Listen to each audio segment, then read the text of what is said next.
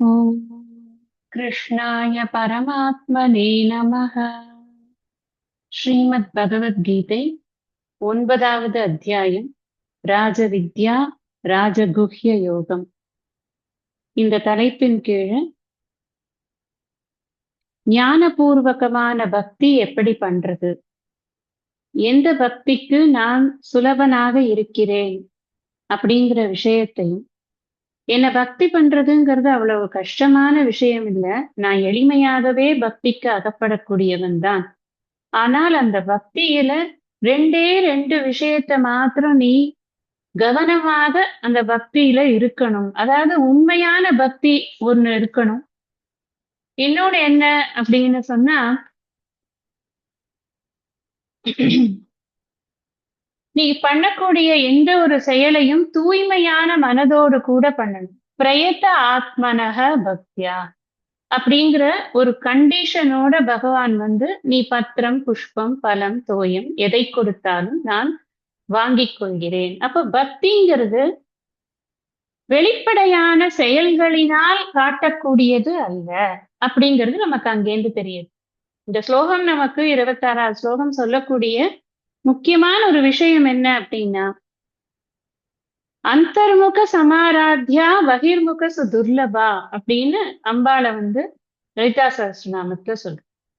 உள்ளுக்குள்ள ஆராதனை பண்றது ரொம்ப சுலபம். அவளை வெளியில பண்ணக்கூடிய ஆராதனையினால அவள் கிடைப்பாளான்னா அது இல்ல.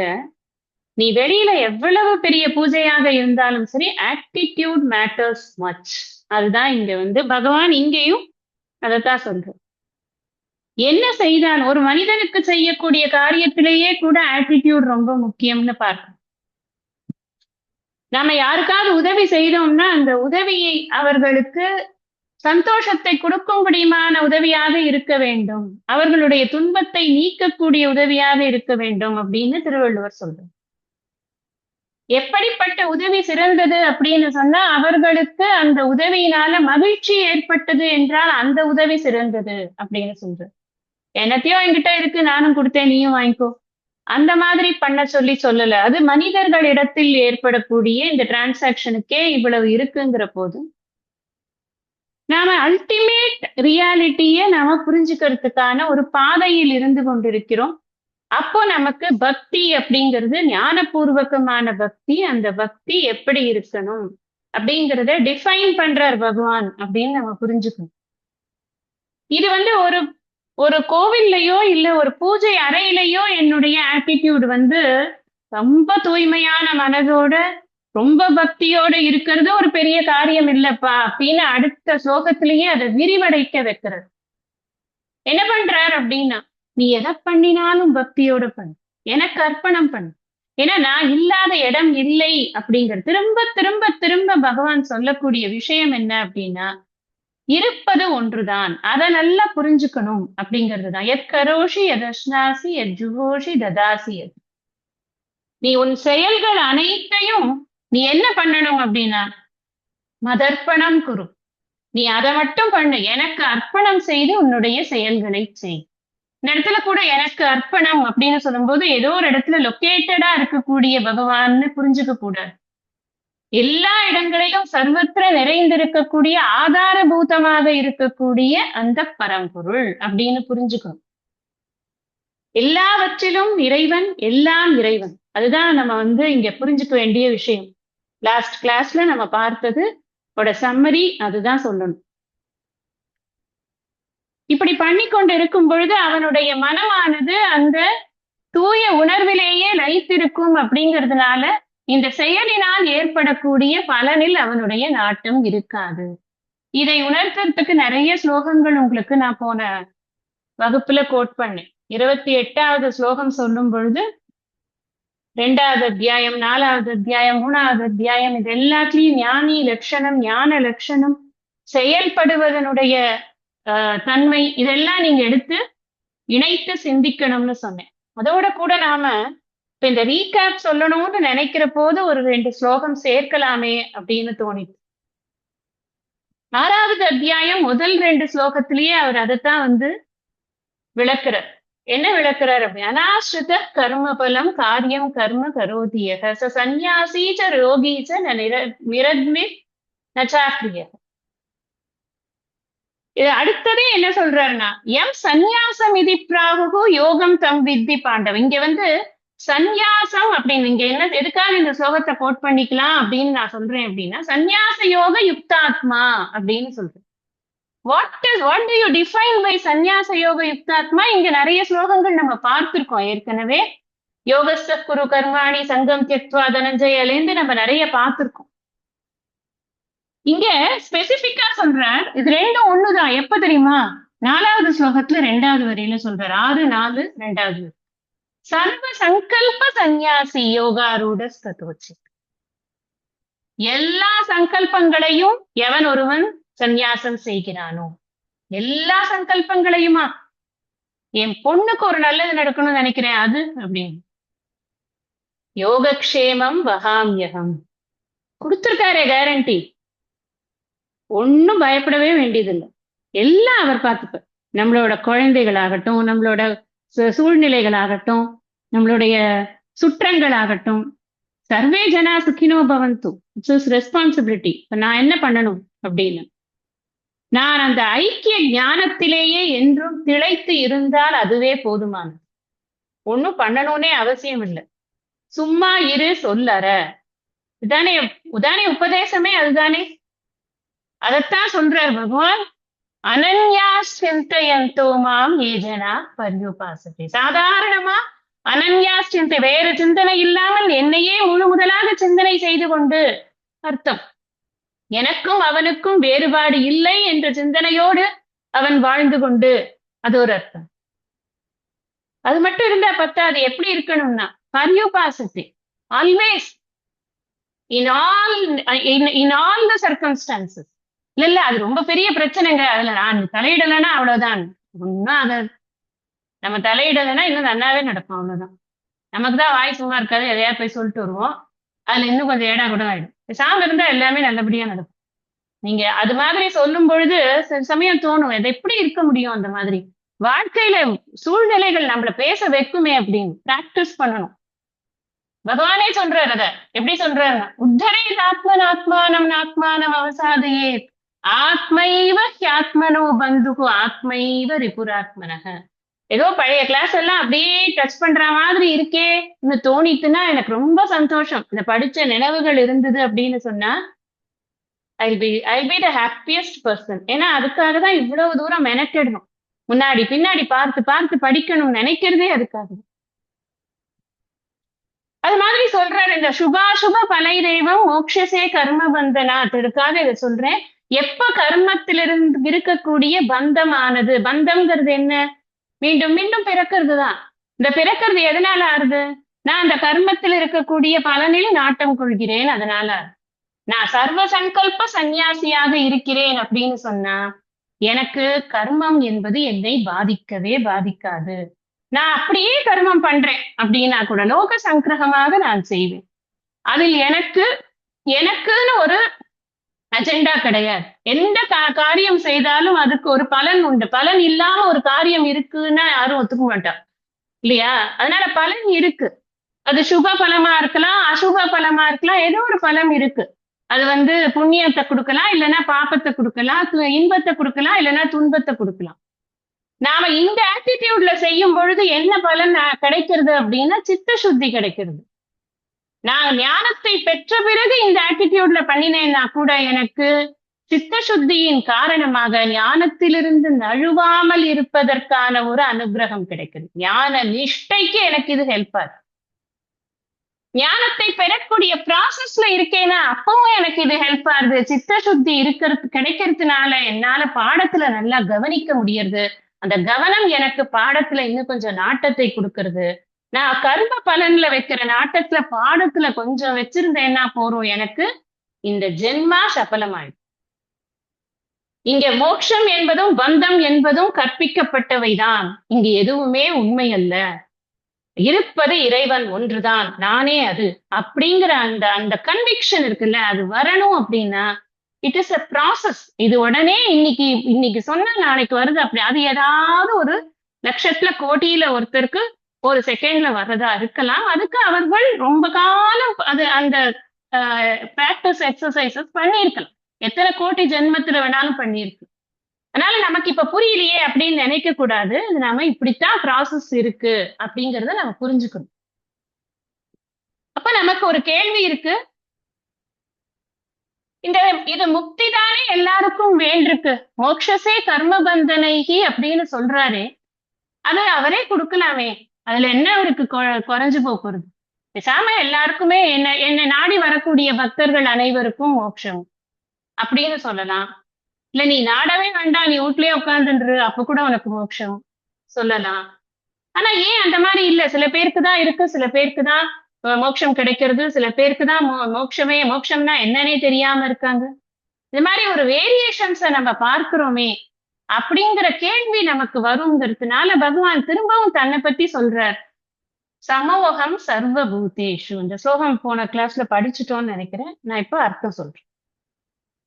சமோகம் சர்வபூதேஷு நமே த்வேஷ்யோஸ்தி ந பிரியः ये यजन्ति तु मां भक्त्या मयि ते तेषु चाप्यहम्.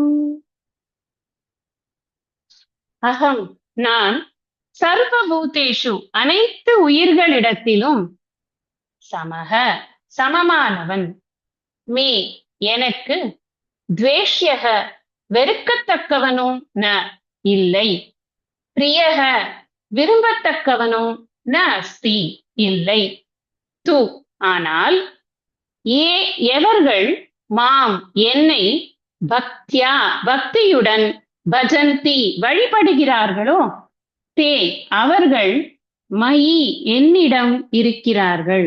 மயி சந்தி அப்படிங்கறத சந்திங்கிறது நம்ம சப்ளை பண்ணிக்கணும். கிராமட்டிக்கல் ரூல்னாலையும் அந்த மீட்டர்னாலையும் அந்த சந்திங்கிறது அதுல எழுதல. மயி அப்படின்னா என்னிடம் இருக்கிறார்கள் அப்படிங்கறத நம்ம புரிஞ்சுக்கணும். தேஷு ச அவர்களிடம் அகம் அப்பி நானும் இருக்கிறேன்.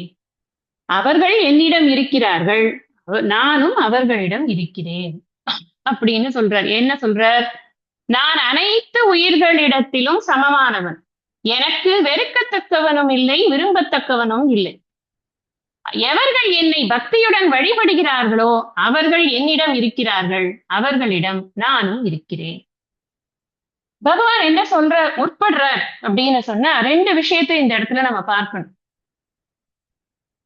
எல்லா உயிர்களையும் சமமாக இருக்கிறது அந்த பிரம்மன் தான் அப்படிங்கிற விஷயத்த ஆணித்தரமா நம்ம புரிஞ்சுக்கிறதுக்கு நமக்கு இங்க ஒரு ஸ்லோகமா இத கொடுக்குற.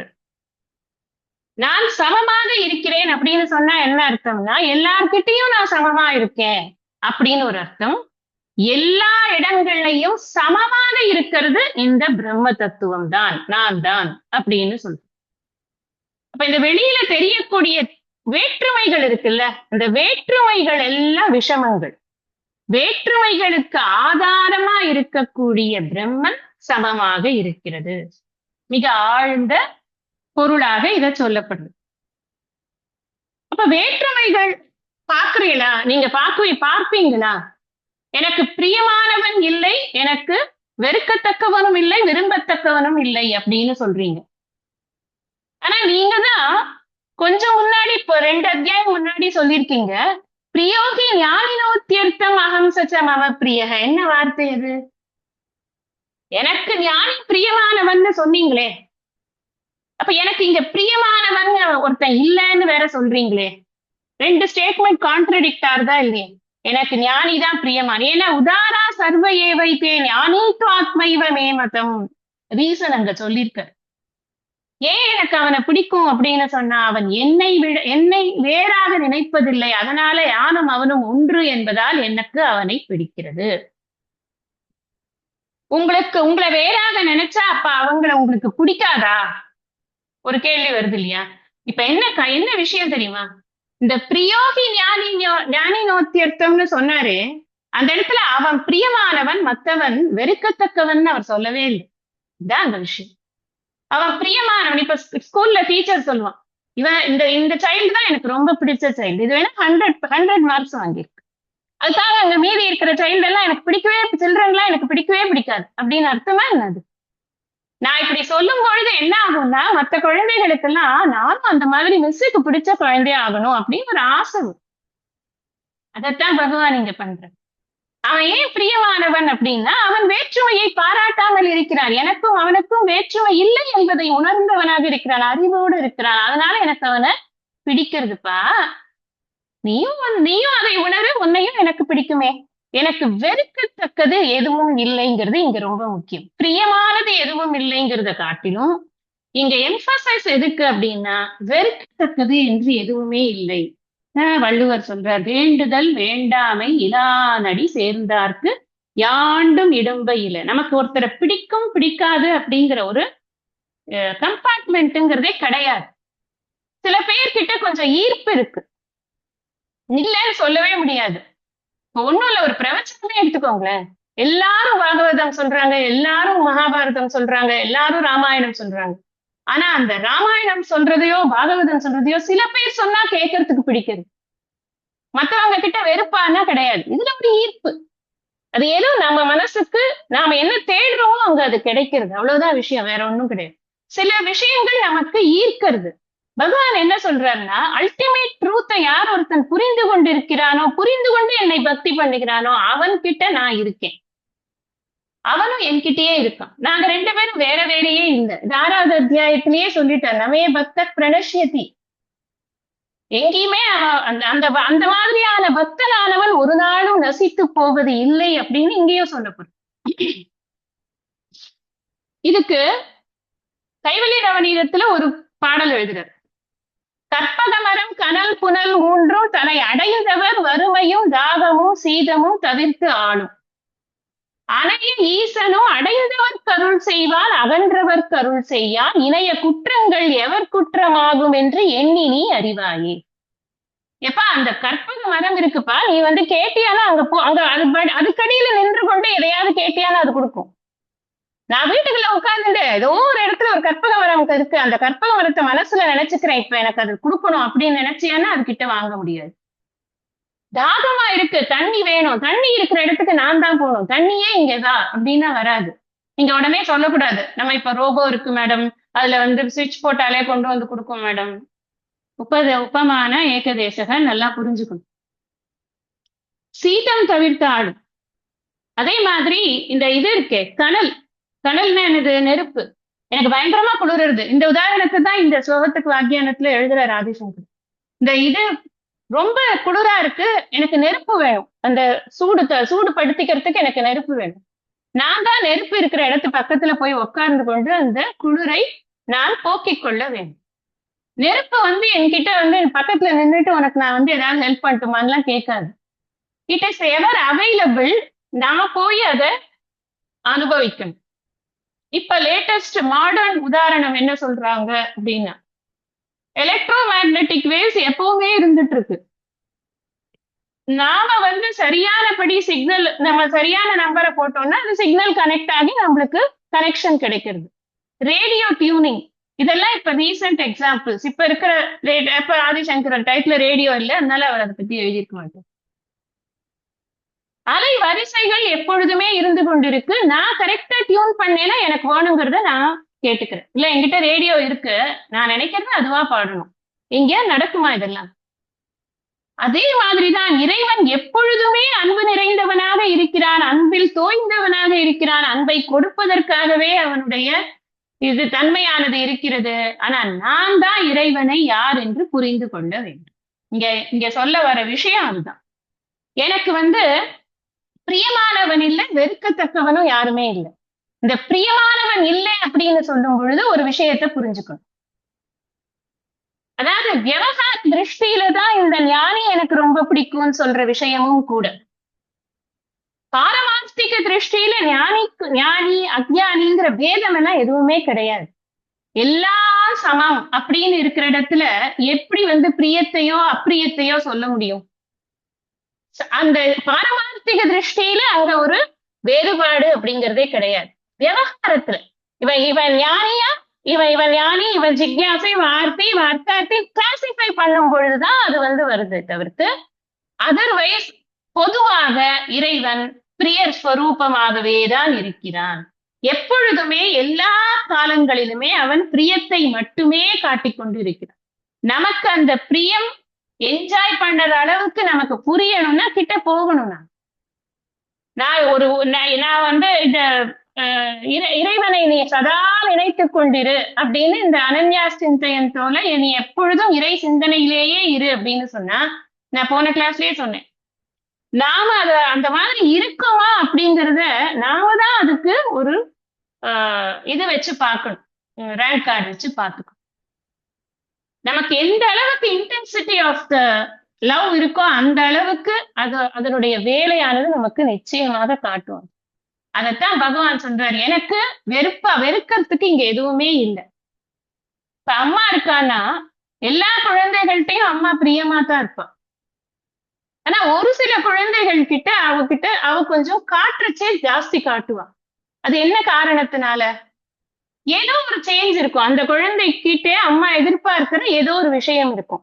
இதனால அம்மா வந்து பார்ஷியலா இருக்கா அப்படின்னு அர்த்தம் இல்லை. ஈஸ்வரனுக்கு வைஷம்ய நைகிரண்ய தோஷம் கிடையாதுன்னு சாஸ்திரம் சொல்றது. வைஷம்ய நைகிரண்ய தோஷம் அப்படின்னு சொன்னா என்ன அர்த்தம்னா விருப்பு வெறுப்பு, அந்த அந்த ஒருத்தரை பார்ஷியாலிட்டி, அதைத்தான் சொல்றது. ஏன்னா ஒருத்தரை பிடிக்கும் ஒருத்தரை பிடிக்காது அப்படிங்கிறது ஒரு நாளும் ஒரு பொழுதும் கிடையாது. அதுதான் பகவான் இங்க சொல்ற, நீ வந்து எப்படி இருக்கியோ அதுக்கு ஏன்னா பகவானுடைய ரோல் பிளேவே கர்ம பல தாத்தா, அவ்வளவுதான். நான் ரூல்ஸ் பிரகாரம் பண்றேன், நீ என்ன கர்மா பண்ணிருக்கியோ அதுக்கான பலன். நீ எனக்கு ரொம்ப பிடிச்சவனா இருந்தாலும் நீ தப்பு பண்ணியிருந்தியா, நான் உனக்கு கொடுக்க வேண்டிய தண்டனையை கொடுத்துத்தான் ஆகணும். இப்போ நீங்க இவரு நாவுக்கரச பெருமானை வந்து கல்ல கட்டி கடல்ல போட்டான் அந்த ராஜா. அவர் கடல்ல மிதக்க வச்சார். கடல்லையே போடாம இருக்க வச்சிருக்கலாமே அப்படின்னு நமக்கு எண்ணம் வருமா இல்லையா? பகவான் வந்து கடல்ல போட்டதை கல்ல மிதக்க வைக்க முடியும்னா கடல்ல போடுறதுக்கு முன்னாடி அவனுக்கு ஏதாவது பண்ணிருக்கலாமே. அந்த கடல்ல போட வேண்டிய அளவுக்கான கர்ம பலம் இருக்கு, அதை கொடுத்தாச்சு. இவரோட பக்தியினால அந்த கர்ம பலத்தினுடைய அதர் ஆஸ்பெக்ட் என்ன, அவருக்கு அனுகிரகம் பண்ணணும், அதனால அதை மிதக்க வச்சாச்சு. சோ ரெண்டுமே பகவானுடைய செயல்தான். இங்க வெறுப்பு அப்படிங்கிறதே கிடையவே கிடையாது அப்படிங்கிறத நம்ம ஒரு எக்ஸாம்பிளுக்காக சொன்னோம். எத்தனையோ பக்தர்களுடைய வாழ்க்கையில நம்ம பார்க்கிறோம், அவர்கள் எல்லாரும் படாத துன்பங்களே இல்லை. நாம நினைச்சு கொண்டிருப்போம் நம்ம படுறதுதான் மகா பெரிய துன்பம் உலகத்திலேயே. யாரோ 2 பேர் பேசாதது, யாரோ 2 பேர் வீட்டுக்கு வராதது, இல்ல வீட்டுக்கு கூப்பிடாதது, ஏதோ ஒரு விஷயத்துல ஜெயிக்காதது, இந்த மாதிரி அல்பத்தனமான விஷயங்களை எல்லாம் வைத்துக்கொண்டு நாம என்ன பண்றோம்னா, எனக்கு பகவானோட கருணையே கிடையாது, அவர் என்ன எப்ப பாரு சோதனை பண்ணிக்கொண்டே இருக்கிறார் இப்படின்னு நாம பகவானை நினைக்கிறோமே. பெரிய பெரிய விஷயங்களில் எல்லாவற்றிலுமே கூட பெரிய சோதனையை பக்தர்களுக்குத்தான் அவன் கொடுத்து கொண்டிருக்கிறான்ங்கிறத நம்ம கண்கூடாகவே பார்த்து கொண்டுதானே இருக்கும். அதனால நம்ம புரிஞ்சுக்க வேண்டியது என்ன அப்படின்னா, இங்க பகவானுக்கு பார்ஷியாலிட்டி கிடையாது. அத பகவான் எஸ்டாப்ளிஷ் பண்ற. இப்ப அடுத்து வரக்கூடிய ஸ்லோகங்கள் எல்லாமே இப்ப நாம என்ன பகவான் பக்தி அப்படின்னு சொன்னாரோ அந்த பக்தியை, அதனுடைய பெருமையையும் சிறப்பையும் சொல்ல போகிறார். இந்த அடுத்து வரக்கூடிய 30, 31, 32, 33 இந்த 4 ஸ்லோகத்திலையும் பகவான் வந்து பக்தியினுடைய பெருமையையும் சிறப்பையும் சொல்ல போகிறார். நம்ம படிக்கலாம். अपि चेत् सुदुराचारो भजते मामनन्यभाक् साधुरेव समन्तव्यः सम्यग्व्यवसितो हि सः. சுதுராச்சாரக அப்பி, மிகுந்த தீய ஒழுக்கம் உடையவனும், அனன்யபாக் என்னை வேறாக காணாதவனாய், நிஷ்காம பக்தியுடன் பற்றற்றவனாக, மாம் என்னை பஜதே சேத் வழிபடுவானாகில், சக அவன், சாதுகு ஏவ நன்னடத்தை உள்ளவன் என்றே, மந்தவ்யக கருதப்பட வேண்டும், ஹி ஏனெனில், சக அவன், சம்யக் நன்றாக, வியவசிதக உறுதியுடன் கூடியவன், உறுதி பயனை பற்றியவன்.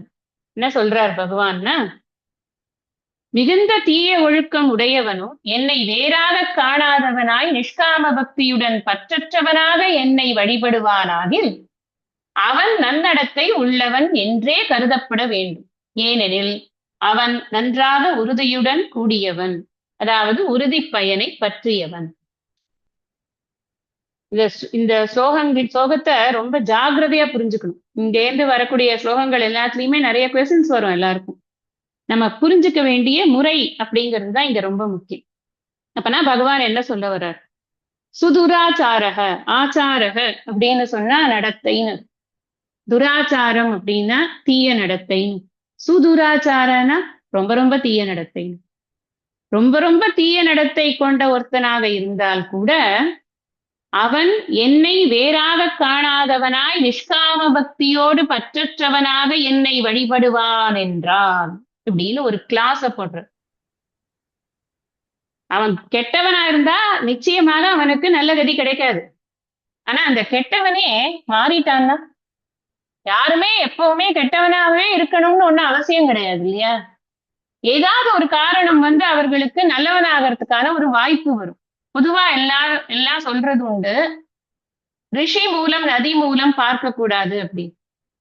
இந்த சந்நியாசிகள் தன்னுடைய வாழ்க்கையை, அதாவது சந்நியாசத்திற்கு முந்தைய வாழ்க்கையை சிந்தனையே பண்ணக்கூடாது அப்படின்னு சாஸ்திரம் சொல்றது அப்படின்னு சொல்லியிருக்கு. ஏன்னா அந்த முந்தைய வாழ்க்கையில எத்தனையோ தப்புகள் எல்லாரும் செய்திருக்கலாம். இந்த சந்நியாச புத்தி வந்துடுத்து, அதுக்கப்புறமா சந்நியாச யோக யுக்தாத்மா அவன் ஆயிட்டான். அதுக்கப்புறம் அவனுடைய சிந்தனை எப்படி இருக்கு? அவனுக்கு குருவை அடைந்து குருமுகமாக அவனுக்கு தான் யார் என்பதும் இறைவன் யார் என்பதும் தெரிந்து ஐக்கியத்தை அவன் உணர்ந்து கொள்கிறான். இதான் ஒரு ஐடியல் சிச்சுவேஷனா பகவான் இங்க வைக்கிறார். அவன் ரொம்ப கெட்டவன் அதுக்கு முன்னாடி. இதை அறிந்து கொண்ட பிறகு அவன் அதே சிந்தனையிலேயே இருக்கான். அதுல இருந்து அவன் அழுவவே இல்லை, உறுதியுடன் இருக்கிறான்னு சொல்றாரு இல்லையா? வியவசித்தக. Words are very important. நீங்க பாத்தீங்க, ரொம்ப பேபோக்கா பார்த்தா எப்படி தோணும்? தப்பு பண்றவன் கூட பகவான் வந்து இது பண்ணிடுவார்ப்பா, அவர் வந்து எப்படியாவது முக்தியை கொடுத்துருவார், எவ்வளவு கெட்டவனா இருந்தாலும் பரவாயில்ல அப்படிலாம் சொல்லல. இந்த பத்திரம் புஷ்பம் பலம் தோயம்ல இருக்கக்கூடிய அந்த நுண்மையான விஷயத்தை எப்படி புரிஞ்சுட்டோமோ அதே மாதிரிதான் இங்கேயும் புரிஞ்சுக்கணும். எல்லா இடங்கள்லயும் அந்த நுணுக்கத்தை எங்க வைக்கிறார் அப்படின்னு நம்ம புரிஞ்சுக்கணும். நீ கெட்டவனா இருந்தாலும் உனக்கு நல்ல கதி உண்டு, ப்ரொவைடட். நீ என்ன பண்ணிருக்கணும் அதுக்கு அப்படின்னா, அதுல நீ உறுதியா இருக்கு, நீ இந்த ஞானத்துல நிஷ்டை அடைந்திருக்க, நீ ஞான நிஷ்டையோடு அவன் இருக்கா அப்படின்னு சொன்னா நன்னடத்தை உள்ளவன் என்றுதான் அவனை கொள்ள வேண்டும். ஏன் அப்படி? இதுக்கு எங்கேயாவது ரெஃபரன்ஸ் இருக்கா? இதுக்கு முன்னாடி எப்பயாவது இது மாதிரி ஞானத்தை அடைந்ததுனால பாபம் எல்லாம் போயிடும்னு எங்கேயாவது சொன்னாரா? அவன் பாபம் எல்லாம் பண்ணிருக்கானா இல்லையா? நிச்சயமா கெட்டவனா பாவம் பண்ணாம என்ன பண்ணிருப்பான்? பாவம் தான் பண்ணிருப்பான். பகவான் என்ன சொல்றார்? 4:37 4:37 சொல்றார், 4:19 ரெண்டு இடத்துலயும் சொல்றார். என்ன சொல்றார்? எஸ்ய சர்வே சமாரம்பாக காம சங்கல்ப வர்ஜிதாக ஞானாக்னி தக்த கர்மாணி சமாக பண்டிதம் புதாக. ஞானாக்னி தக்த கர்மாணி, அங்க அதுதான் வந்து கீவேர்டு. ஞானம் என்ன பண்றது அப்படின்னா எல்லா கர்ம பலனையும் எரிச்சு விடுறது. சஞ்சிதம் எல்லாம் ஞான தழல் சுட்டு வெந்நீராக்கும். பாபம் இருக்கும், இல்லைன்னு சொல்லல. ஆனா இந்த ஞானம் என்ன பண்றது? அந்த பாபத்தை எரிச்சுடுறது, பாப கர்மத்தினுடைய பலனை எரித்து விடுகிறது. இனிமே அது முளைக்கவே முடியாத மாதிரி அது பண்ணிடுது. அதே மாதிரி இன்னொரு இடத்துல சொல்ற, எதைதாம்சி சமித்தோக்னி பஸ்மசாத் குருதேர்ஜுன ஞானாக்னி சர்வ கர்மாணி பஸ்மசாத் குருதே ததா. அங்கேயும் அதேதான், பஸ்மமாக்கிடுது. சர்வம் ஞான பிளவேனைக விருஜினம் சந்தரிஷ்யசி அப்படின்னு அதே 4வது அத்தியாயத்துல இன்னொரு இடத்துல சொல்றோம். இதெல்லாம் நம்ம எடுத்து பார்த்தோம்னா அப்ப என்ன தெரியுது நமக்கு? ஞானத்தை பெற்ற பிறகு அந்த பாபமானது, முன்னாடி அவன் தீயவனாக இருக்கும் பொழுது அவன் செய்த பாபமானது அவனை தொடர்வதில்லை. அப்ப இங்க என்ன வேணும்? எனக்கு ஞானம் வேணும். என்ன ஞானம் வேணும்? நிஷ்காமமாக அந்த நிர்குண பிரம்மத்தையே உபாசிக்க கூடிய அந்த அறிவு வேணும். அதற்கு எனக்கு இந்த இந்த உபனிஷத் கருத்துக்கள், கீதையில இருக்கிற கருத்துக்கள், இதையெல்லாம் நான் வந்து நன்றாக புரிந்து கொண்டு அதை நான் சிரவணம் பண்ணிக்கொண்டே இருக்கும். சிரவண மனன நிதித்தியாசனம் பண்ணிக்கொண்டே இருக்கும். இப்பதான் கீதா மகாத்மியத்துல கூட பார்த்து, இந்த கீதா சிரவணம் யார் பண்றார்களோ அவர்கள் எவ்வளவு பாபம் செய்திருந்தவர்களாக இருந்தாலும் வைகுண்டம் சமவாப்சியசினர், சொன்னாரா இல்லையா? அப்ப என்ன அர்த்தம் அதுக்கு? இந்த இந்த கருத்துகள் எல்லாம் இன் லெட்டரல் ஸ்பிரிட் நாம புரிந்து கொண்டு அதையே நாம் சதா சிந்தனை செய்து கொண்டிருந்தோம். உலக விஷயங்களில் பற்றில்லாமல் இறைவன் ஒருவனையே பற்றி கொண்டு பற்றுக, பற்றற்றான் பற்றினை பற்றுக. எதற்கு? அப்பற்று விடற்கு இப்பற்றை பற்றுக. அதானே? அப்ப அந்த பண்ணினானாக்க அதுல எப்படி இருக்கணுமா அவன்? ஏனோ தானோன்னு இருக்கலாமான்னு அதெல்லாம் முடியாதுப்பா, சாரி அப்படிங்கிற. வியவசித்தக. விவசித்தகன விவசாயாத்மிகா புத்தின்னு முன்னாடி படிச்சிருக்கோம் 2வது அத்தியாயத்தில். ஒரு விஷயத்துல உறுதியாக இருக்குது. அதுவும் சாதாரண உறுதி கிடையாது. சம்யக் வியவசித்தக, நன்றாக உறுதியாக இருப்பது. இதான்ப்பா, இதை தவிர எனக்கு வேற வேற இது கிடையாது. அனன்யா சிந்தையம் சிந்தையோமா ஏஜனா பரியுபாசத்தை சொன்னாரு. அனன்ய சிந்தனை தான், வேற ஒண்ணும் கிடையாது. அதையே நான் எப்பொழுதும் பண்ணி கொண்டிருப்பேன் அப்படின்ற உறுதி இருக்கு. அப்படின்னா அவன் எவ்வளவு பெரிய பாபம் செய்தவனாக இருந்தாலும் அந்த நிஷ்காம பக்திக்கான பிரயோஜனமாக இந்த சந்நியாச புத்தியானது அவனுக்கு கிடைக்கிறது. இந்த சந்நியாச புத்தி, சந்நியாச யோக பிராப்தி அவனுக்கு கிடைக்கிறது. அதனால அவனுக்கு ஞானத்திற்கு, ஞான நிஷ்டைக்கு அது அவனை இட்டு செல்கிறது அப்படிங்கிறத இங்க சொல்றார். அப்ப என்ன புரிஞ்சுக்கிறதுன்னு, அப்படின்னு முன்னாடி அவன் ரொம்ப மோசமான நடத்தையாக இருந்தான். இப்ப அவன் வைராகிய புத்தியோட அவன் பகவானை எப்பொழுதும் பஜித்து கொண்டே இருக்கிறான். பூஜை செய்யறதுன்னா இந்த இடத்துல ஒன்லி அர்ச்சனை பண்றது அது மாத்திரம் இல்ல. ஸ்ரவணமனன நிதித்தியாசனத்தில் அவன் முழுமையாக ஈடுபட்டிருக்கிறான். அப்படி இருந்தா அவன் சாதுதான் அப்படிங்கிற. அவனை நீ முன்னாடி அந்த இடத்துல திருடி நீ அவன் தானே நீ அப்படின்னு போய் கேட்க கூடாது. அவன் என்னென்ன தப்பு பண்ணியிருந்தாலும் சரி, அது எல்லாத்தையும் கண்டுக்கவே கூடாது. ஏன்னா அவன் இப்பொழுது என்ன பண்ணுகிறான், இப்ப அவனுடைய இந்த டிரான்ஸ்ஃபார்ம்டு லைஃப் அவனுக்கு எப்படி இருக்கு, அதுதான் ரொம்ப முக்கியம். அந்த லைஃப் கரெக்டா இருக்கா, பகவான் சொன்ன மாதிரி அவன் பண்ணி கொண்டிருக்கானா, அதான் ரொம்ப முக்கியம். இதுல இருந்து நமக்கே ஒரு ஒரு இது கொடுக்குறாரு பகவான். யாரையுமே ஒப்பீனியனை பிக்ஸ் பண்ணிட்டு பார்க்க கூடாது. அன்னைக்கு தப்பு பண்ணாங்க, அவங்க அப்படித்தான் இருப்பாங்க, எப்பவுமே அப்படித்தான் இருப்பாங்க அப்படின்னு ஒரு ஒப்பீனியன் பிக்சிங் வைக்கிறோம் இல்லையா ஒருத்தரை பத்தி, அது ரொம்ப தப்பு அப்படிங்கிறார் பகவான். நமக்கு நமக்கு உலக வாழ்க்கையில நம்ம பண்ணக்கூடிய மிகப்பெரிய தப்பு என்னன்னா ஜட்ஜிங் பீப்புள். அது பண்ணவே கூடாது. அவங்கன்னா இப்படிதான் இருப்பாங்க, இவங்கன்னா இப்படிதான் இருப்பாங்க, இந்த ஊர்க்காரவங்க இப்படி, அந்த ஊர்க்காரவங்க இப்படி, இதெல்லாம் நாம யார் பண்றதுக்கு? நமக்கு ஏதாவது அது பண்றதுக்கு நமக்கு ஏதாவது அர்ஹதை இருக்கா? எந்த மைண்ட்ல எப்ப மாற்றம் வரும்னு எப்படி தெரியும்? அருணகிரிநாதர் எப்படி இருந்தார் முன்னாடிங்கிற வாழ்க்கையை பத்தி பிரஸ்தாபிக்கிறாங்களா யாராவது? ஏதோ அப்படி இருந்தார், அதுல இருந்து பகவான் அவரை ஆட்கொண்டார், அவ்வளவுதான் சொல்லுவாங்க. அதுக்கு மேல சொல்றதுக்கு அதுல ஒண்ணும் கிடையாது. அதுதான் முடிஞ்சு போன கதையாச்சே, அதுல ஒண்ணும் சொல்றதுக்கு இல்லை. வால்மீகி என்ன பண்ணி கொண்டிருந்தார்? அந்த முன் கதையை யாரும் பெருசா பேசுறது, ஏன் பேசுறது இல்ல அப்படின்னா அதுல என்ன இருக்கு சுவாரஸ்யம்? பகவானுடைய இன்ட்ரோ வந்ததுக்கு அப்புறம் தான் லைஃப் சுவாரஸ்யமா இருக்கு. நமக்கும் அப்படிதானே? நான் இதுக்கு முன்னாடி என்னுடைய தாட்ஸ் எல்லாம் எப்படி இருந்ததுன்னா உட்காந்து அதுல டுவெல் பண்ணிட்டு இருக்கிறதுல எனக்கு என்ன லாபம் இருக்கு? ஒண்ணுமே கிடையாது. செல்ஃபும் பண்ணக்கூடாது, அடுத்தவனை பத்தியும் பண்ணக்கூடாது. இது 2 விஷயம் புரிஞ்சுக்கணும்.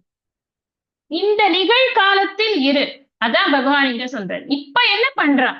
அவன் சாதுதான். அவன் இந்த இந்த பற்றில்லாமல் என்னையே அவன் பஜித்துக் கொண்டிருக்கிறானா? நீ அவன் சிரவணமன நித்தியாசனத்தில் தான் கவனமாக இருக்கிறானா? அதில் உறுதியோடு இருக்கிறானா? அதிலிருந்து நழுவாமல் இருக்கிறானா? அப்ப அவன் நல்லவன் தான். நீ போய் அவனுக்கு கெட்டவன் ஒரு மார்க் கார்டு போடாது. சுவாமி சொல்லுவார், Swami Sathya Sai Baba, be good, do good, see good. நீ நல்லதே பண்ணு, நல்லதையே பாரு, நல்லவனாகவே இரு. அப்ப அதுக்கு ஒரே வழி என்ன? Be in the present. முன்னாடி பின்னாடி எல்லாம் போயிட்டு இருக்க கூடாது. ஒருத்தர் இன்னைக்கு எப்படி இருக்காருங்கிறத வச்சு அதுக்கப்புறம் அவர் என்ன பண்ணுவாருங்கிறத திட்டமிடுறதும் தப்பு. இவர் முன்னாடி என்ன பண்ணி கொண்டிருந்தார் அப்படிங்கிறத பத்தி சிந்தனை பண்றதும் மகா தப்பு. அதனால பகவான் என்ன சொல்றார், இத தான் எப்படி எடுத்துக்கிறேன்னு சொல்லும்போது பகவானே அப்படி எடுத்துக்கிறச்சே நான் யார் அதை போய் ரேட்டிங் பண்றதுக்கு? அது பண்ணக்கூடாதுங்கிற. யாரையும் இழிவாக நினைக்காதே. எல்லாருக்குள்ளேயும் அந்த இறைவன் தான் இருக்கிறான். சில பேர் அதை உணர்ந்திருக்கிறார்கள், பல பேர் அதை உணர்வதில்லை. சுவாமி சத்யசாய் பாபா இதைத்தான் எல்லாருக்கும் ஒரு மெசேஜாவே சொல்லுவோம். நீங்களும் நானும் வேற இல்லப்பா, நானும் நீங்களும் ஒண்ணுதான். எல்லாமே இறைவன் ஸ்வரூபம் தான். எனக்கு அது தெரிஞ்சிருக்கு, உங்களுக்குலாம் அது தெரியல, தெரிய வரும். அப்போ நீங்களும் என்ன மாதிரியே என்ஜாய் பண்ணுங்க அப்படின்னு பகவான் சொல்லுவார். சுவாமி சத்யசாய் பாபா சொல்லுவார். அதனால இங்கேயும் பகவான் அதைத்தான் சொல்றார். அவன் ரொம்ப கெட்டவனா இருந்தா கூட பரவாயில்ல, அவன் அதுக்கப்புறமா திருந்தி இந்த வழிக்கு வந்துட்டான்னா அவனை நான் சாது என்றே மதிக்கிறேன். ப்ரொவைடட் அவன் அதுல உறுதியோடு இருக்க வேண்டும். அதுதான் ரொம்ப முக்கியம். அப்புறம் சொல்றார் அடுத்த ஸ்லோகம்.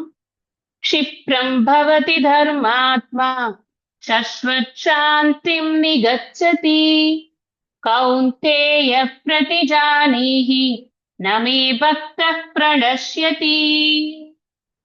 क्षिप्रं வெகு விரைவில், தர்மாத்மா தர்ம சிந்தனை உள்ளவனாக, பவதி ஆகிறான், சஸ்வத் சாந்தி நிலையான அமைதியை, அதுதான் மோட்சம், நிலையான அமைதியை மோட்சத்தை, நிகச்சதி அடைகிறான் அல்லது உணர்கிறான். ஹே கௌந்தேய, மே என், பக்தக பக்தன், ந பிரணஷ்யதி அழிவை அடைவதில்லை, பிரதிஜானீஹி உறுதியாக அறிந்து கொள். நோட் திஸ் பாயிண்ட் அப்படிங்கிற, வெகு விரைவில் தர்ம சிந்தனை உள்ளவனாக ஆகிறான், நிலையான அமைதியை அதாவது மோட்சத்தை அடைகிறான் அல்லது உணர்கிறான், என் பக்தன் அழிவை அடைவதில்லை, இதை உறுதியாக அறிந்து கொள். இதான் பகவான் சொல்ற. 6வது அத்தியாயத்திலையும் அதேதான் சொல்ற. யோமாம் பஷ்யதி சர்வத்திர சர்வஞ்ச மயி பஷ்யதி தஸ்யாஹம் ந பிரணஷ்யாமி சசமேன பிரணஷ்யதி. அதேதான் இங்க மறுபடியும் சொல்ற, பிரணஷ்யதி அழிவதில்லை. எதனால பகவான் என்ன பண்றார் அப்படின்னா, இந்த ஒரு முன்னாடி ஸ்லோகத்துல என்ன சொல்லியிருக்க, அவன் சம்யக் வியவசிதக அப்படிங்கிற விஷயத்துக்கு இங்க ஒரு என்கரேஜ்மெண்ட் கொடுக்கிற. அவன் நன்றாக உறுதியோடு தன்னுடைய சாதனைகளை செய்து கொண்டிருந்தான் அப்படின்னு சொன்னா, சிரவணமன நிதித்தியாசனம்ங்கிற சாதனைகளை அவன் செய்து கொண்டு ஞான நிஷ்டையில் தன்னை ஈடுபடுத்தி கொண்டிருந்தான்னா, அப்போ அவன் ரொம்ப சீக்கிரமே க்ஷிப்ரம் பவதி தர்மாத்மா, தர்மத்துல ருச்சி வந்துடும் அவனுக்கு. இங்க தர்மாத்மா அப்படின்னு சொல்லும் பொழுது நாம தர்மத்தில் தர்மம் பண்றவன் அப்படி கிடையாது, தர்மத்தை ஃபாலோ பண்றவர் அப்படிங்கறதும் இல்ல. எது தர்மம்னு சொல்லியிருக்காரு இங்க, முதல்ல எடுத்த உடனே ஆரம்பிக்கிறார். ராஜவித்யா ராஜகுஹ்ய யோகத்துல எடுத்த உடனே ஆரம்பிக்கிறார். 2வது ஸ்லோகத்துல ராஜவித்யா ராஜகுஹ்யம் பவித்ரமிதம் உத்தமம் பிரத்யக்ஷாவகமம் தர்மியம் சுசுகம் கர்த்தும் அவ்யயம். அடுத்ததுலயே சொல்றார், அஸ்ரத்ததானா புருஷா தர்மஸ்யாஸ்ய பரந்தம். இங்க என்ன இந்த கான்டெக்ட்ல தர்மம்னா, இவன் பண்ண வேண்டிய சிரவண மனன நிதித்தியாசனத்தை பொறுமையாக அவன் பண்ணி, புரியலையேப்பா, கொஞ்சம் கொஞ்சம் சொல்ற போது ஏதோ புரியுது, அதுக்கப்புறம் ஒன்றும் புரிய மாட்டேங்குது, பெரிய தொந்தரவா இருக்கு, என்ன பண்றதுனே தெரியல, நானும் படிச்சுதான் பாக்குறேன், என்ன பண்றதுன்னு தெரியல அப்படின்னு அந்த உற்சாகத்தை இழந்து விடாமல் இந்த தர்மத்தை தொடர்ந்து கடைபிடித்துக் கொண்டது. படிக்கிறதுங்கிறத முற்றாம படித்துக் கொண்டிருக்கணும். தர்ம சிந்தனை இதே பண்ணிட்டு இருக்கணும் அவனுக்கு. அவன் அதுல இது எல்லா அர்த்தங்களுக்கும் இது பொருந்தும். இது தர்மமா இருப்பான் அப்படின்னு சொல்றதுக்கும் பொருந்தும், தர்ம காரியங்கள்ல ஈடுபடுவான் அப்படின்னு சொல்றதுக்கும் பொருந்தும்.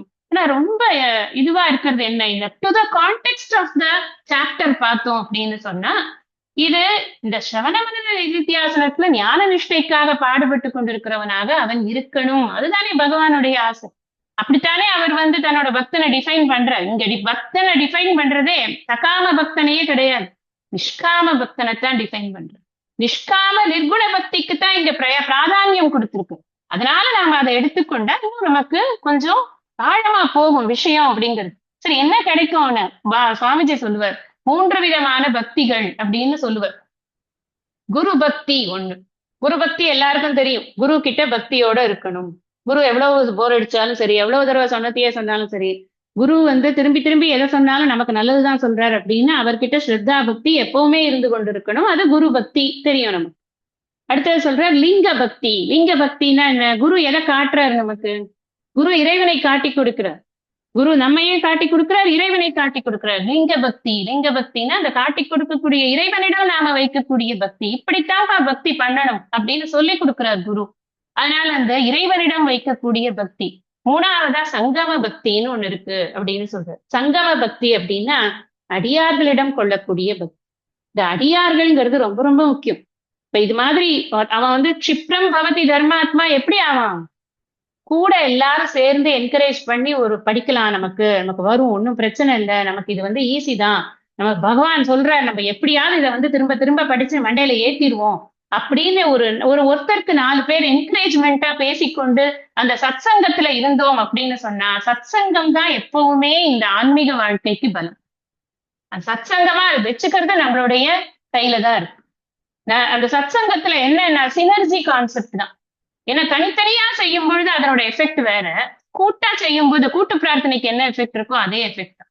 எல்லாருமா சேர்ந்து ஒரு விஷயத்தை வந்து படிக்கணும்னு முனைஞ்சு ஈடுபடும் பொழுது அங்க நமக்கு கிடைக்கக்கூடிய ஒரு பெனிஃபிட் இருக்குல்ல, அது ஜாஸ்தி. அதனால நமக்கு இந்த படிப்புக்கு தோதா இருக்கிறவங்களோட நாம எப்பவுமே லிங்க்டா இருந்து கொண்டே இருக்கும். அப்ப நம்ம என்ன பண்ணணும்னா இதுக்கு வேறா இருக்கிறவங்க கிட்டே இருந்து கொஞ்சம் கொஞ்சமா அப்படி சிசில் அவுட் பண்ணி கட் பண்ணிட்டு கட்டையில் பண்ணிக்கணும். வேற வழியே கிடையாது. நீங்க யாரையாவது நம்ம அவாய்ட் பண்ணணும்னா ரொம்ப ஈஸி. சுவாமிஜி முதல்ல இருந்து சொல்லி கொடுக்கக்கூடிய ஒரு விஷயம் இதுதான். கூப்பிட்டு வச்சு பகவான் என்ன சொல்லியிருக்காரு தெரியுமா அப்படின்னு எதையாவது ஆரம்பிங்க. ஐயோ இது வாயை திறந்தா பகவான் பகவான் இதுகிட்ட யார் வருவா அப்படின்னு ஓடிப்பிடும். அப்படி ஓடி போடாம நிக்கிறான் இல்லையா, இல்ல சொல்லுங்க இன்னும் சொல்லுங்க எனக்கு ஏதோ ஆசையா இருக்கு கேட்கறதுக்கு, இன்னும் சொல்லுங்க நிக்கிறான் இல்ல, அவன் தான் நம்பாடு புடிச்சு வச்சுக்கலாம். ஓடுறான், நல்லதா போச்சு ஓடு, அவ்வளவுதான். இப்படி எத்தனை பேர் ஓடுறாங்களோ அத்தனை பேர் நமக்கு டயத்தை மிச்சப்படுத்துறாங்க. நம்ம யாரையாவது அவாய்ட் பண்ணும் அப்படின்னு சொன்னா பகவானை பத்தி பேசு, இல்ல குருநாதர் இதை சொல்லியிருக்காருன்னு சொல்லு. கேட்க பிடிக்கல அப்படின்னா ரொம்ப நல்லதா போச்சு, அவங்க நம்மள புக்ஸ்லயே இல்ல. அதுதான் சுவாமிஜி சொல்லுவோம். எப்படி நம்மள அவன் என்கிட்ட பேசாது அப்படின்னு சொல்ல முடியுமா? சொல்ல முடியும். இப்படித்தான் நம்ம வைக்கணும். அப்ப சத்சங்கத்தோட நம்ம இருக்க இருக்க என்ன ஆறுது அப்படின்னா சான்றோர் இனநலம் ஏமாப்பு உடைத்துங்கிறார் வள்ளுவர். மனநலம் நன்கு உடையராயினும், அந்த குறள் ரொம்ப அருமையான குறள், சுவாமிஜிக்கு ரொம்ப பிடிச்ச குறள். மனநலம் நன்கு உடையராயினும் சான்றோர் இனநலம் ஏமாப்பு உடைத்து. ஏமாப்புன்னா பாதுகாப்பு. இந்த சான்றோரோடு சேர்ந்து இருக்கக்கூடிய அந்த சத்சங்கம் இருக்கே அதுதான் நமக்கு பாதுகாப்பு. நமக்கு எவ்வளவுதான் நம்ம மைண்ட நல்லா வச்சிருந்தாலும் நம்ம ஒரு சமயத்துல டவுன் ஆயிட்டோம்னா நம்மளை திருப்பி தூக்கி கொண்டு வந்து டக்குன்னு வைக்கிறது எதுன்னா இந்த சத்சங்கம் தான் நம்மளை வைக்கும். அதனால இங்க என்ன சொல்றாருன்னா இந்த பக்தனுக்கு என்னையே எப்பொழுதும் நினைத்து கொண்டிருக்கக்கூடிய அந்த அனந்த பக்தி பண்ணக்கூடிய அந்த பக்தனுக்கு அவன் மோட்சத்தை எளிதில் அவன் உணர்கிறான்.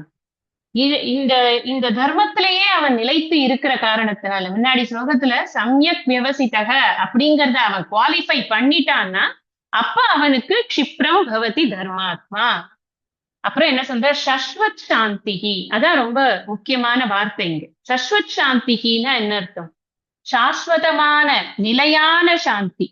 பகவான் 2வது அத்தியாயத்துல சொல்றார், சிதப்பிரஜ்ஞ லட்சணம் சொல்லும் பொழுது சொல்றார், நாஸ்தி புத்திர் அயுக்தஸ்ய நச்சாயுக்தஸ்ய பாவனா நச்சாபாவயத சாந்திகி அசாந்தஸ்ய குத சுகம். கேள்வி கேட்கிற, சாந்தி இல்லாத மனதிற்கு சுகம் எப்படி அப்பா வரும்? எந்த மனம் சாந்தியோட இருக்கும்னா யுக்தமானது இருக்கக்கூடிய, அதாவது இந்த இந்த டீச்சிங்கும் ஞானம் கர்மம் ரெண்டும் ஹேண்ட் இன் ஹேண்ட் போகணும்.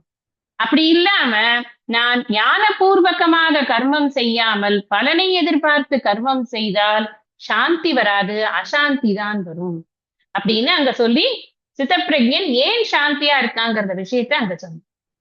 இங்கே என்ன சொல்ற, இப்படி அவன் இருக்கக்கூடியவனுக்கு நிலையான அமைதியானது அவனுக்கு கிடைக்கும். அமைதியான ஆனந்தம் அதுதான் முக்தி அப்படின்னு சுவாமிஜி டிஃபைன் பண்றாரு. அதெல்லாம் எதை வச்சுன்னா இந்த மாதிரி வார்த்தைகளை வச்சு. சஸ்வத் சாந்திகி அதுதான் மோட்சம். எப்பொழுதும் அமைதியும் ஆனந்தமும் எப்பொழுதும் இருந்து கொண்டிருக்கும், சலனமே இருக்காது அதுல. அப்படி அவன் இருக்கிறான். அப்படி இருக்கா அப்படின்னா பிரணஷ்யதி, அவன் அழிந்தே போக மாட்டான். எப்பொழுதும் யாண்டும் இருந்து கொண்டிருக்கக்கூடிய அந்த தூய உணர்வாகவே அவனும் இருக்கிறான். இந்த தூய உணர்வும் அவனும் வேறு அல்ல அப்படிங்கிற அறிவோடு இருக்கிற போது அவன் தூய உணர்வாகிறான். தூய உணர்வுல ஏதாவது சலனம் இருக்கா? சலனம் கிடையாது. அதுக்கு ஏதாவது அழிவு இருக்கா? அழிவு கிடையாது. அதனால அவனுக்கும் அழிவு கிடையாது. ந பிரணஷ்யதி. ஏன் பக்தன் பிரணஷ்யத்தின்னா அவன் தூய உணர்வாகிறான், அதனால அவனுக்கு அழிவு கிடையாது. நான் அவனை காப்பாத்துறேன்ப்பா, ஒரு டப்பா போட்டு அவனை மூடி வச்சிருவேன் அப்படி எல்லாம் சொல்லல பகவான். அவன் புத்தியினால அவன் தன்னுடைய அழிவற்ற தன்மையை உணர்ந்து கொண்டிருக்கிறான், அதனால் அவனுக்கு அழிவில்லை. It's as simple as that. There is no magic here. நன்னா புரிஞ்சுக்கோங்க. இங்க பகவான் சூ மந்திரகாடி உனக்கு அழிவே கிடையாது அப்படிலாம் சொல்லல. நீ அறிவுபூர்வமாக உன்னை யார் என்று அறிந்து கொண்டு நீ இருந்தாய் என்றால் உனக்கு அழிவு இல்லை. அதான் இங்க சொல்ற மெசேஜ். அப்ப சொல்ற பிரதிஜானீகி, that is another important word. இதை நீ நன்றாக புரிந்து கொள், உறுதியாக இதை புரிந்து கொள்ள வேண்டும் அப்படின்னு சொல்ற. அடுத்தது என்ன சொல்றப்ப, மாம் ஹி பார்த்த வியபாஸ்ருத்ய ஏபி ஸ்யுஃப் பாபயோனயः ஸ்திரியோ வைஷ்யாஸ்ததா சூத்ராஸ் தேபி யாந்தி பராங்கதிம். ஹி ஏனெனில், ஹே பார்த்த, ஏ எவர்கள், ஸ்திரியக பெண்களும், வைஷ்யக வைஷ்யர்களும், ததா அவ்வாறே, சூத்ராக சூத்ரர்களும், பாபயோனயக அப்பி பாப பிறவியை உடையவர்களாக இருந்தாலும், அதாவது துன்பத்தை அதிகமாக அனுபவிப்பவர்களாக இருந்தாலும், மாம் என்னை, வியபாஸ்ரித்ய சரணடைந்தவர்களாக, ஸ்யுஹு இருக்கிறார்களோ, தே அப்பி அவர்களும், பராம் மேலான, கதிம் கதியை அடைகிறார்கள். ஏனெனில், ஏனெனில்ங்கிறத எங்கேருந்து கண்டினியூ பண்றார்? போன ஸ்லோகத்திலேருந்து கண்டினியூ பண்ற. இங்க உறுதியாக அதை அறிந்து கொள், அவர்கள் அழிவை அடைய மாட்டார்கள் அப்படின்னு சொல்றார். யார் அழிவை அடைய மாட்டார்கள்? யார் இந்த இது அதுக்கு முந்தின ஸ்லோகத்துல சம்யக் வியவசித்தக, யார் நன்றாக உறுதியாக இதை பின்பற்றி கொண்டு வருகிறார்களோ அவர்கள் அழிவை அடைய மாட்டார்கள். ஏனெனில் அவர்கள் எவர்கள் பெண்களும் வைஷ்யர்களும் அவ்வாறே சூத்ரர்களும் துன்பத்தை அதிகமாக அனுபவிப்பவர்களாக என்னை சரணடைந்தவர்களாக இருக்கிறார்களோ அவர்களும் மேலான கதியை அடைகிறார்கள். இந்த ஸ்லோகம் கொஞ்சம் டிக்லிஷ் ஸ்லோகம். நமக்கு என்ன எப்படி இதை ஆன்சர் இது எக்ஸ்பிளைன் பண்ணுவாங்க அப்படிங்கிற ஒரு கொஸ்டின் எல்லாருக்குமே இருக்கும். இதை வைத்துக் கொண்டு பத்தியா பெண்கள் எப்படி சொல்லிட்டான், பத்தியா சூத்ரர் எப்படி சொல்லிட்டான், பத்தியா வைஷ்யர் எப்படி சொல்லிட்டான் அப்படின்னு நம்ம ஒரு புரிதல் இல்லாம டக் டக் டக் டக்குன்னு அதை ஒரு கன்க்ளூஷனுக்கு கொண்டு வரத்துக்கு ஹேதுவாக இருக்கக்கூடிய ஒரு ஸ்லோகமாக இது எப்பொழுதுமே இருக்கு. ஆனா இதை இப்படி நான் முன்னாடியே சொல்லியிருக்கேன், பல வார்த்தைகளுக்கு வாச்சியார்த்தத்தை பார்த்து அதுக்கு அர்த்தம் சொன்னோம்னா அனர்த்தமா போயிடும். லட்சியார்த்தம் பார்க்கணும். எதற்காக பகவான் இந்த வார்த்தைகளை உபயோகப்படுத்துகிறார் அப்படிங்கிற லட்சியார்த்தத்தை பார்க்கணும். முன்னாடியே சாதுர்வர்ணியம் மயா சிருஷ்டம் விஷயத்திலேயே உங்களுக்கு சொல்லியிருக்கேன், குண கர்ம விபாகசக, செயலுக்கும் செயல்பாட்டுக்கு தகுந்த மாதிரிதான் அதை பிரிக்கப்பட்டிருக்கிறது. இந்த வர்ணம் அப்படிங்கிறது செயல்பாட்டுக்காக பிரிக்கப்பட்டு, என்ன செயல்? ஒருத்தர் நாட்டை காப்பாத்துறார், ஒருத்தர் இறை வழிபாடு பண்றார், ஒருத்தர் நாட்டை காப்பாத்துறார், ஒருத்தர் வியாபாரம் பண்றார், இன்னொருத்தர் எல்லாருக்கும் உதவி பண்றார்.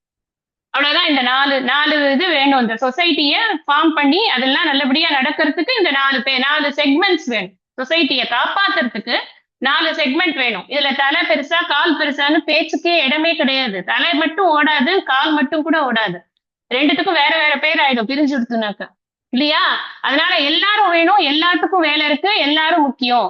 அதை நம்ம மனசுல எப்பவுமே நம்ம அண்டர்லைன் பண்ணி வச்சுக்கிறது முக்கியம். நம்ம முன்னாடி இதை பார்த்திருக்கோம் 4வது அத்தியாயம். இப்ப இவங்களுக்கு ஏன் இந்த விஷயத்த சொல்ற? பெண்கள், வைஷ்யர்கள், இவங்க சூத்ரர்கள், இந்த 3 பேரை ஏன் ஸ்பெசிபிக்கா சொல்ற அப்படின்னு சொன்னா, ஒன்லி ஒன் திங் என்ன அப்படின்னு சொன்னா, பிசிக்கல் ஒர்க் இவங்களுக்கு எல்லாருக்கும் அதிகம். அவங்களுக்கு டைம் கிடையாது. உட்கார்ந்து இது மாதிரி சிரவணம் பண்ணி மனனம் பண்ணி, இது இப்ப இருக்கிற டைம் வேற. நம்ம எல்லாம் இப்ப ரொம்ப பிளெஸ்டு பெண்கள்னு சொல்லணும். நம்மளுக்கு நிறைய டைம் கிடைக்கிறது. ஏன்னா நம்ம நிறைய கேஜெட்ஸ் வந்துருக்கு. முன்னாடி அப்படி கிடையாது. பிசிக்கல் லேபர் ஜாஸ்தி. எப்ப பார்த்தாலும் வீட்டுல வேலை இருந்துகிட்டே இருக்கு. அதனால அது மாதிரி இருக்கக்கூடிய அந்த வைஷ்யர்களுக்கு ஊரா போய் வியாபாரம் பண்ணணும்.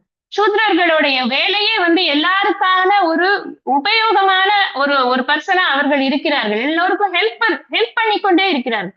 அப்ப அவங்க பிசிக்கலா நிறைய வேலை பண்ணணும். எப்படி உட்காந்து யார்கிட்ட உட்காந்து படிப்பாங்க? அவங்களுக்கு எங்க டைம் இருக்கு? இதெல்லாம் மனதில் வைத்துக் கொள்ளணும். ஒண்ணு. இன்னொன்னு, துன்பம் நிறைந்த அப்படின்னு பாப யோனி அப்படின்னு சொன்னா பாபம் செய்த யோனி அப்படின்னு அர்த்தம் இல்லை. பாபத்தின் பலன் என்ன? துன்பம். எப்பொழுதும் துன்பத்தை அனுபவித்துக் கொண்டிருக்கிறார்கள். துன்பம்னா இந்த இடத்துல என்ன புரிஞ்சுக்கணும்னா, பிசிக்கலி அவங்களுக்கு நிறைய கஷ்டங்கள் இருக்கு, அவங்களுக்கு நிறைய பெயின்ஸ் இருக்கு. அந்த பெயின்ஸோட அவங்க எத்தனையோ வேலை. இப்ப பெண்களுக்கு என்ன பெயின் இருக்குன்னு நான் சொல்லி அவங்களுக்கு தெரியணும், எல்லாருக்கும் தெரியும். அந்த எத்தனையோ பெயின்ஸோட தான் எல்லா வேலையும் பண்ணி கொண்டிருக்கோம். எல்லாரும் வெளியில போய் வேலை செய்யக்கூடிய உடல் உழைப்போடு இருக்கக்கூடியவர்கள் எல்லாருக்குமே நேரம் எல்லாம் அந்த உடல் உழைப்பையும் அந்த உடலை பாதுகாக்கிறதுலயுமே போயிடுறது. சோ அதனால அவர்களை இந்த வார்த்தை எதை குறிக்கிறதுனா துன்பம் மிகுந்த பிறவி அப்படிங்கறத குறிக்கிறது.